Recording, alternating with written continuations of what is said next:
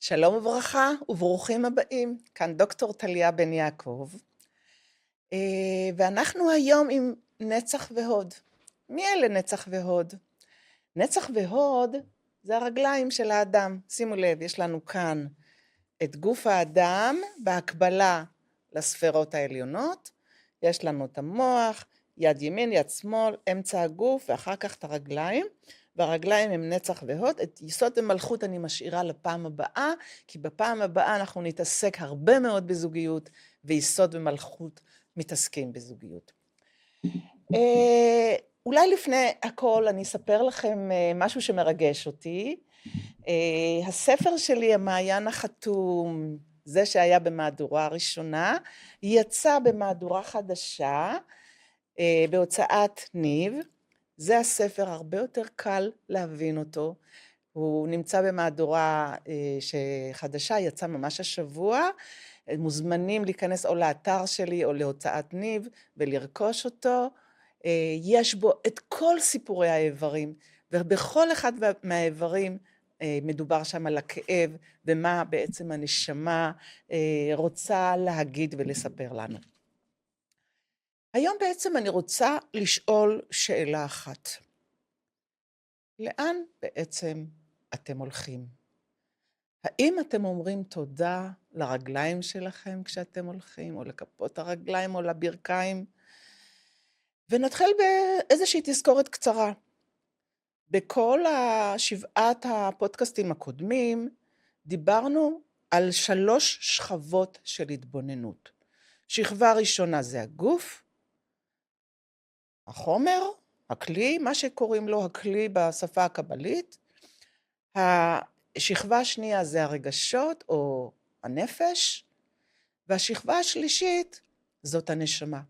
בכל אחד מהם דיברנו על כך שכשיש כאב, בואו נתבונן.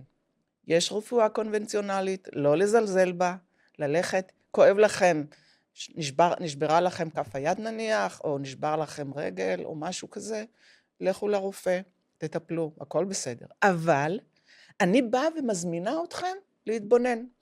להתבונן למה נשברה לי הרגל דווקא עכשיו. למה יש לי כאב אוזן דווקא עכשיו. למה הגרון שלי כואב? למה יש לי חס ושלום איזושהי מחלה כזאת או אחרת? דווקא עכשיו. מה הכאב הזה בא לספר? מה הוא רוצה ממני? ואולי, אני באתי והצעתי, אולי זה השפה של הנשמה, לשאול אותנו, האם אנחנו באמת הולכים בדרך הראויה והנכונה? וכבר דיברנו על זה שיש לנו ייעוד בעולם הזה. כאשר הייעוד שלנו זה לא רק לתקן את הדברים הלא טובים שעשינו בעבר שלנו, אפילו אולי לפי הגרסאות האחרות בגלגולים הקודמים שלנו, אלא גם יש לנו השתלמות. באנו לעולם הזה, יש סיבה, לא סתם סיבה. כל אחד ואחד מאיתנו, במיוחד לאלה ששייכים לעם היהודי, יש סיבה שאתם כאן. כל אחד. אפילו את שלא יצאת אף פעם לעבוד ושמרת על הילדים וטיפלת בהם וטיפחת אותם, עשית מעשה נפלא, גידלת ילדים, חינכת אותם, נתת להם אהבה, זה תפקיד נפלא. אתה שמנהל של חברה, לא סתם אתה שם, יש שם סיבה. ותמיד תמיד לקחת את זה במקום של צניעות. למעשה אני באה ואומרת שהשפה שלנו צריכה להיות שפת התבוננות, גם בחומר, בגוף שלנו, וגם ברוח ובנשמה, ואם עד עכשיו עסקנו במוח, יד ימין, יד שמאל וכו' וכו', ודיברנו גם על קו האמצע, שזה תפארת, דיברנו על הלב, דיברנו על הריאות, היום נדבר על הרגליים, על נצח והוד. איזה שמות יפים, נכון? נצח והוד. והשאלה שלנו היא, מה ההבדל בין אדם שממשיך ללכת, לבין אדם שבעצם עוצר? נתחיל עם המשנה. מסכת אבות, פרק ג', משנה א'. עקביה בן מהללה אומר, הסתכל ב3 דברים, ואין אתה בא לידי עבירה. דע מאין באת, לאן אתה הולך, ולפני מי אתה עתיד ליתן דין וחשבון. מאין באת? מטיפה סרוחה. לאן אתה הולך? למקום של עפר, רימה ותולעה. לפני מי אתה עתיד ליתן דין וחשבון? לפני מלך מלכי המלכים הקדוש ברוך הוא. ואז חז"ל באים ואומרים, מסבירים לנו מאין באת, מאותה טיפה סרוחה. ולמה אמרו לנו את זה? כדי שהאדם לא יתהלל, לא יתגאה, לא יהיה שחצן. המשנה באה ואומרת, תזכור מאיפה באת. טיפה קטנה וסרוחה, שזה הכל. אילולא בורא עולם לא היית הופך להיות אדם בכלל. אותה טיפה קטנה וסרוחה של ביצית וזרע יצרה אותך. ואני זה שגרמתי לכך שתהיה מי שאתה.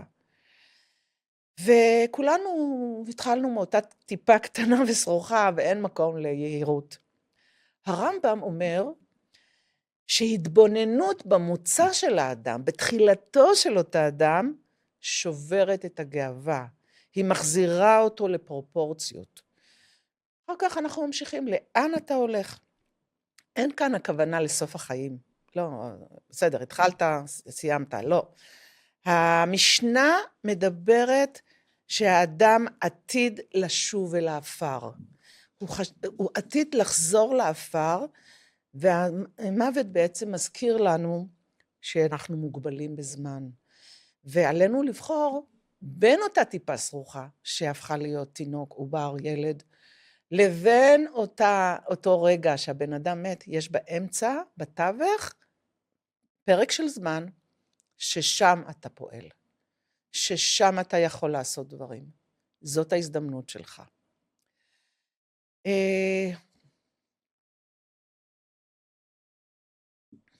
חז"ל מסבירים, האדם לא חי רק מול עצמו.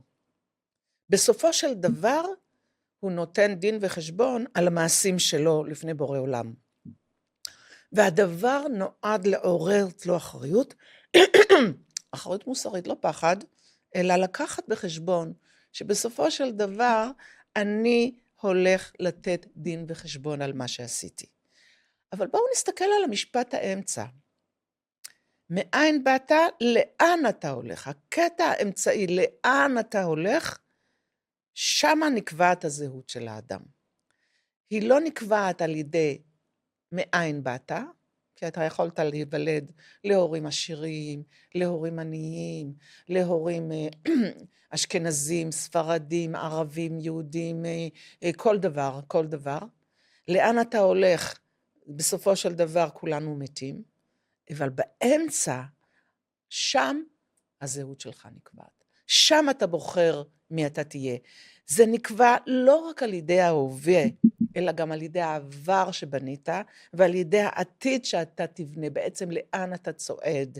השאלה היא, לאן אתה הולך? לאן אתה הולך לצעוד? בסופו של דבר, אנחנו מגיעים לסופיות של החיים, אבל אתה צריך להתבונן במעשים שלך ביום יום שלך.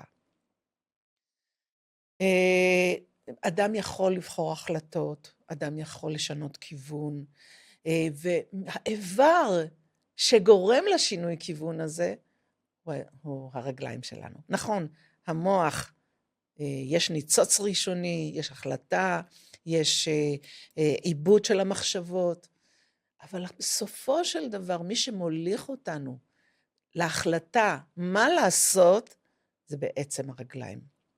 זה האיבר שמקביל לנצח ולהוד. והן מזכירות לנו נצח והוד, לדעת ולזכור מאין באנו, אבל לא חשוב לשאול, לא פחות חשוב לשאול לאן אנחנו הולכים היום, דווקא היום, ברגע הזה, עוד 5 דקות, עוד 10 דקות, עוד חצי שעה. מה אני עושה עם החיים האלה? לאן אני מוביל אותם? האם אני עושה טוב? האם אני משפיע? או שאני רק מקבל? אתם יודעים, יש מושג בקבלה, משפיע, מקבל. בורא עולם משפיע עלינו את האור, אנחנו מקבלים. אבל לא רק הוא משפיע, גם אנחנו יכולים להשפיע. אתה יכול לעשות טוב לאחרים, לסביבה שלך. אפילו מספיק חיוך. חיוך, דרישת שלום, מה שלומך, איך אתה מרגיש. חיוך ומה שלומך יכולים להפוך לבן אדם אחר את היום. בקבלה, נצח והוד, בואו נסתכל על המילים. נצח מלשון נצחיות, נצחיות מזכירה לנו את המילה התמדה, יוזמה וכוח להתקדם, פעולה של התקדמות. הוד לעומת זאת, שימו לב למילה הוד, הוד מזכיר הדר, ההפך מענווה, אבל זה מחייב אותנו גם לענווה. יש כאן גם הודיה, יש כאן גם הודאה, יש הודיה לבורא עולם על מה שאנחנו, מה שיש לנו, הודיה לאחר, לאדם שנותן לנו, אבל גם הודאה אם נכשלנו. מותר להיכשל, מותר לבקש סליחה. ובנוסף לזה הקשבה. הוד מדבר על הקשבה, מדבר על קבלה. וענווה לדעתי היא מילת המפתח של הוד, כי היא מחברת את ההודיה ואת ההודאה. כי בן אדם שיש לו ענווה יודע להודות לבורא, בן אדם שיש לו ענווה גם יודע בעצם להגיד טעיתי, סליחה, טעיתי. יש מחקרים רבים על נושא ההליכה, ואני כן אקצר. מסתבר שאדם שעושה הליכה, כל יום 20 דקות, ההליכה הזאת בעצם מייצרת אצלו את התחושה של טוב לי, אני נושם, וזה בא נגד דיכאון, וגם ההליכה מייצרת חשיבה יוצרת. אז כל מי שבא לו שיהיה לו חשיבה יוצרת, צא להליכה, בא לך לצאת מסטרס, בא לך לצאת מדיכאון, זו ההזדמנות שלך. יאללה, קדימה, צא מהסטרס וצא מהדיכאון. אני רוצה כן להתייחס לנצח ולהוד, לשתי הרגליים ולשלושת השכבות. השכבה הראשונה, השכבה שמוכרת לנו החומר, הגוף, השכבה השנייה, בעיקר מה הקבלה אומרת. בואו נתחיל עם האגן. האגן, התפקיד הפיזיולוגי שלו זה מרכז היציבות, זה מחבר בין עמוד השדרה לרגליים, נושא משקל הגוף ומעביר אותו אל הרגליים. ואז, אם קרה חלילה משהו לאזור הזה, לאזור האגן, וקורים דברים, אנחנו יכולים לשאול, האם אני מרגיש יציב בחיים שלי? האם הקרקע אולי נשמטה לי מתחת לרגליים? האם אני חשה ביטחון או אני חש ביטחון בבית שלי, בזוגיות שלי, בפרנסה שלי? כי כשהאזור הזה שמחבר בין הגב, שזה היציבות, לרגליים, בא לשאול את השאלות האלה. בואו נמשיך. מפרקי הירך, הם מאפשרים הליכה, ישיבה, ריצה, שינוי כיוון, טווח תנועה יותר רחב וכו'. ואז השאלות הן, האם אני מתקשה להתקדם? האם אני נאחזת בעבר? האם קשה לי לעשות שינוי משמעותי? בואו נעבור לירכיים. הירכיים זה השרירים הגדולים ביותר בגוף. הם מספקים כוח להליכה, עלייה, קימה וישיבה. ואז השאלות הן, כשיש שם כאב, מה נותן לי כוח? האם אולי אני סוחב עומסים כבדים מדי? האם אני נושא אחריות שלא שלי? בואו נעבור לברכיים. ברכיים מאוד מרתקים אגב. זה מפרקי הגמישות, הם מאפשרים כיפוף, הם מאפשרים קריאה, בלימת זעזועים, אבל הם גם מחברים בין השוק לירך, ולפי כל התפיסה ההוליסטית, הם בעצם גם מדברים על הקשרים שלנו, על החיבורים שלנו, החיבור למשפחה, חיבור לבת זוג או לבן זוג, חיבור לילדים שלנו, חיבור להורים שלנו. והשאלות הן, האם אני יודע או יודעת להתגמש? האם קשה לי להודות בטעות? האם אני מתעקשת במקום שבו אני צריכה להרפות? לפעמים צריך לשחרר, כבר למדנו את זה. הרבה מאוד פעמים אני מציעה לשחרר, לוותר, הכל בסדר. בואו נעבור לשוקיים. השוקיים אחראים לדחיפה קדימה, ליציבות, להחזרת דם הוורידי ללב. ואז השאלות הן, האם אני מתמידה? האם אני מאבדת סבלנות באמצע הדרך? האם אני נשחקת ממסע ארוך? ובואו נעבור לקרסוליים. שימו לב, הקרסוליים מייצבים את כף הרגל, מתאימים אותה לקרקע, כשהקרקע יכולה להשתנות. פעם הקרקע יכולה להיות בגובה, פעם למטה. ואז השאלה היא, אם יש לנו שם כאב, האם אני מצליחה להסתגל לשינויים? האם כל שינוי קטן עשוי לערער אותי? בואו נעבור לכפות הרגליים. הבסיס של הגוף, חלוקה של עומסים, שיווי משקל וגם הליכה. ואז אנחנו יכולים לשאול, ויש לנו הרבה מאוד פעמים אנשים שיש להם כאבים בכפות הרגליים, האם אני מחוברת לקרקע? האם אני חיה במציאות או רק ברעיונות שלי? אולי אני יותר מדי רוחנית, אולי אני יותר מדי עם רעיונות למעלה ולא מיישמת. האם אני מרגישה שיש לי מקום בעולם? בואו נעבור לאצבעות הרגליים, גם להם יש תפקיד. כמו שלכל אחד מכם יש תפקיד, לכל איבר יש תפקיד. אצבעות הרגליים שומרות על שיווי משקל, הן מאפשרות דחיפה מדויקת קדימה. ואז השאלה היא, האם אני שמה לב לפרטים הקטנים? האם אני חרדה מהצעד הבא? אתם יודעים מה, אני רוצה לסכם בסיפור, סיפור שהגיע לפתחי, בחורה, נקרא לה אורית, אני תמיד משנה את השמות. אורית התעסקה ביוגה, הרבה מאוד הדרכות של יוגה, ודווקא היא נפגעה בגב התחתון שלה, בכפות הרגליים שלה וברגליים שלה, היא עצרה, ואז היא הגיעה אליי בעצם לבירור, למה אני כאן? למה דווקא האזורים האלה נפגעו לי? וככל שעבדתי איתה, וביררתי את הסיפור שלה, ראיתי שהיא נאחזת בהורים שלה. היא לא יודעת להרפות, ההורים היו בני 85, וכל הזמן היא ביקשה מהם, תהיו לי ערבים לשכר הדירה שלי, תעזרו לי בביוב הזה שפתאום מתפרץ אצלי, היא לא ידעה לעשות דברים לבד. ויותר מזה, העבודה לא התאימה לה. העבודה הייתה צריכה לעשות שינוי. היא הרגישה לא נוח, היא הרגישה לא טוב בעבודה הזאת, אבל היא חששה, היא פחדה. היא לא רצתה לעזוב משהו שמוכר, כמו שתמיד, יש לנו קורסת נוחות, מקום שמוכר לנו, מקום שכיף לנו להיות בו, ואנחנו פוחדים ללכת למקום אחר, מקום חדש. מאוד טבעי, מאוד מאוד מאוד מאוד טבעי, אבל אם לא נקום לצעוד, כמו שלימדתי אתכם, לך לך מארצך, לך לך לפנימיות שלך, תבדוק, למה אתה צריך את השינוי הזה? ואם צריך, תעשה אותו. צריך עזרה, תמיכה, תבקש תמיכה ועזרה. מהמשפחה זה בסדר, אבל לא להיות תלותי. לסיכום, המקובלים קראו לשתי התנועות האלה של הרגליים נצח והוד.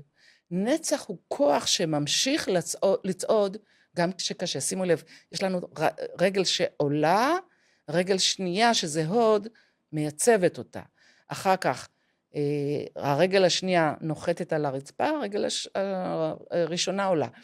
אנחנו צריכים את שתי הרגליים, כמו שצריכים את יד ימין ויד שמאל, צריכים את קו ימין ואת קו שמאל, תמיד, תמיד, תמיד צריך להיות סינכרון ביניהם. תמיד, תמיד, תמיד צריך להיות ביחד. ולמעשה, נצח זה הכוח שממשיך לצעוד גם כשקשה. הוד הוא כוח שעוצר לרגע, מקשיב, מודה על הטוב. אז בואו כולנו נודה על הטוב שיש לנו, ותודה רבה לכם, ונשתמע בפודקאסט הבא.